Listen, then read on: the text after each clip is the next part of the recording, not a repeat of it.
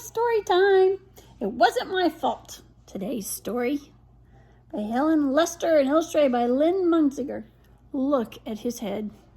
It's not good. It wasn't my fault. Things did not always go well for Merdley Gurdson. He couldn't control the toothpaste. He fell into wastebaskets. He dropped only valuable vases. Whatever happened, it was usually his fault.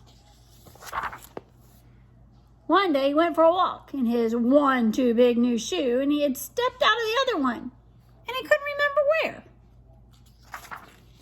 Before long, someone laid an egg on Merdley Gurdson's head. He looked at a nearby bird. "Did you lay an egg on my head?" he asked. "I did," confessed the bird, "but it wasn't my fault. A horrible aardvark screamed and scared me." So Merdley Gurdson and the bird went to see the aardvark. "Did you scream and scare the bird into laying an egg on Merdley Gurdson's head?" they asked. "I did," confessed the aardvark, "but it wasn't my fault.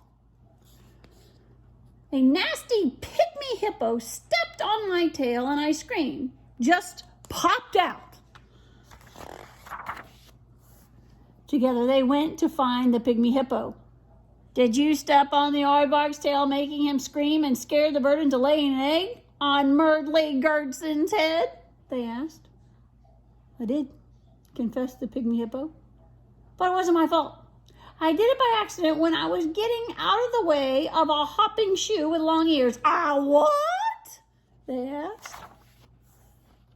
Just then along came a hopping shoe with long ears.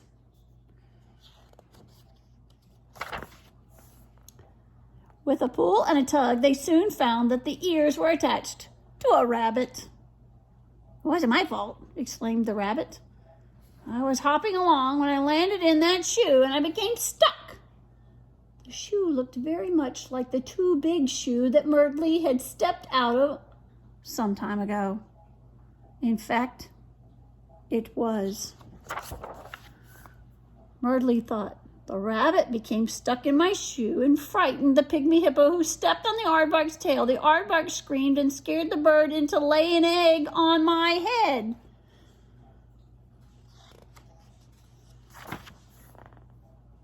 "I suppose it was my fault," Merdley Gurdson said very sadly, and 2 tears splashed onto his new too big shoes.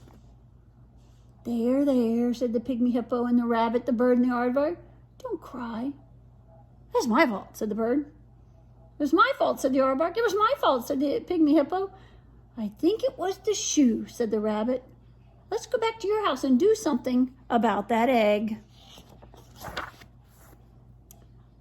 They all went into the kitchen. The aardvark turned Merdley Gurdson upside down and the egg plopped into a pan. The rabbit ground the pepper. The pygmy hippo added a pinch of salt, and the bird ran around and around in the pan, doing a very fine job of scrambling it. Merdley Gurdson enjoyed every bit of his scrambled egg.